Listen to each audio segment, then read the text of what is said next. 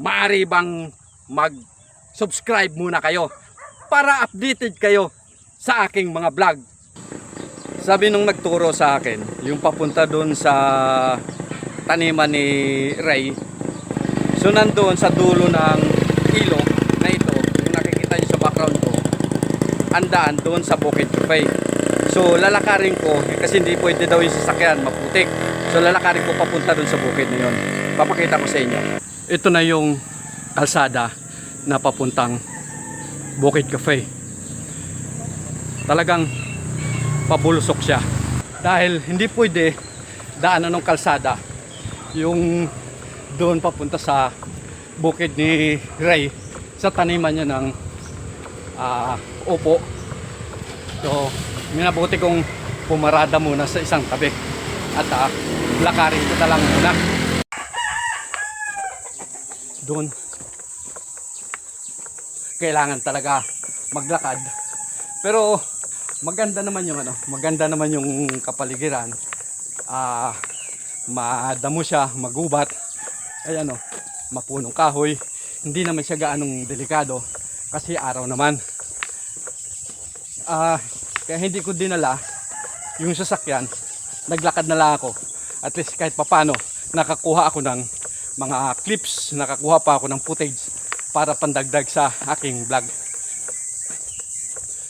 Ito, malapit na ako sa, ito pala yung sinasabi nilang Bukid Cafe.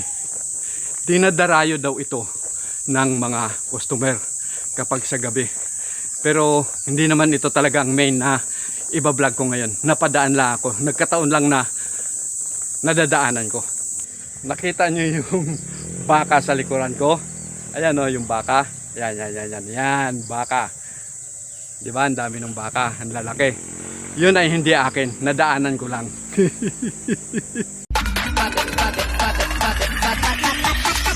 Holy moly.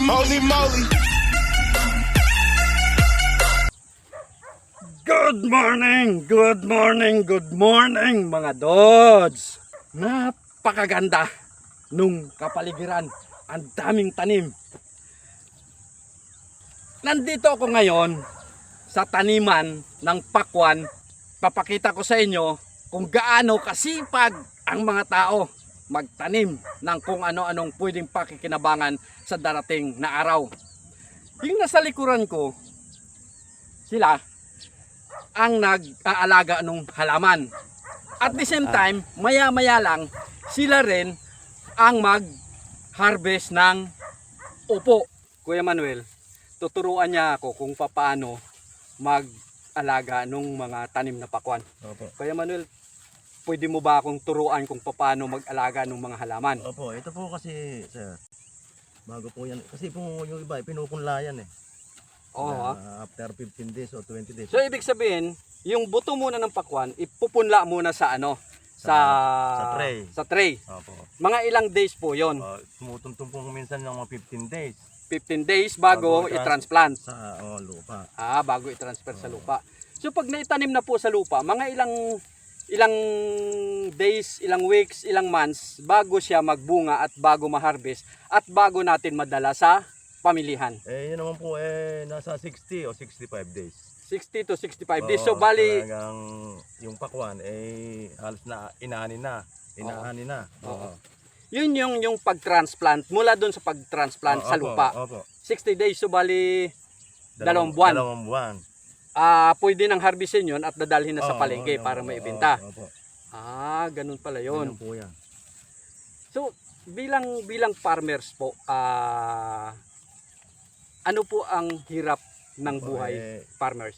Talaga po ang hirap ng farmers.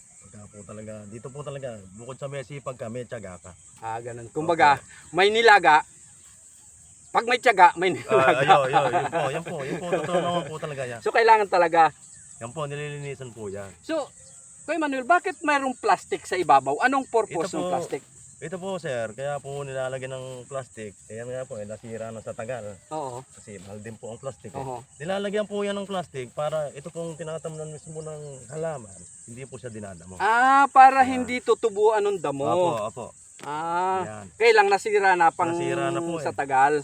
biglaan ang pera dito, hindi utik-utik. Hindi pa unti-unti. Oo. So kailan ang harvest nito? Mga August, second week ng August. August. Di ang daming pakwan dito na makukunan. Sakasakali, Ate Joy, kapag nagbunga na ito, marami ng bunga, pwede ba akong bumalik dito? Anong oras po kayo gumigising para maglinis nitong Ano po, pakwanan? kanina po alas 5 pa lang, dito na kami. Alas 5 ng madaling alas araw 5 sila pa lang po. gumigising para pumunta rito sa farm at magtatanim. Samantala tayo, Tutulog. Minsan po, nagsasobrero din. Aha. Minsan, pag maaga pa, Aha.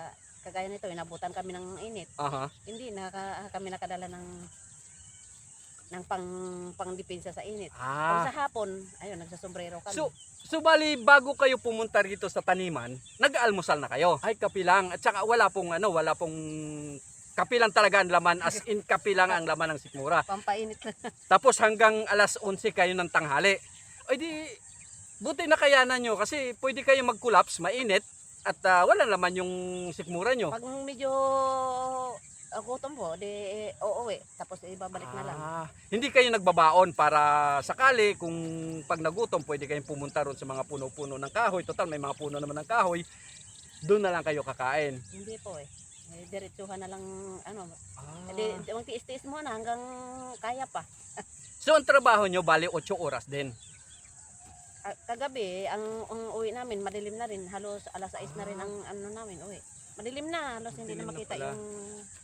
So ang hirap din pala ng ang hirap din.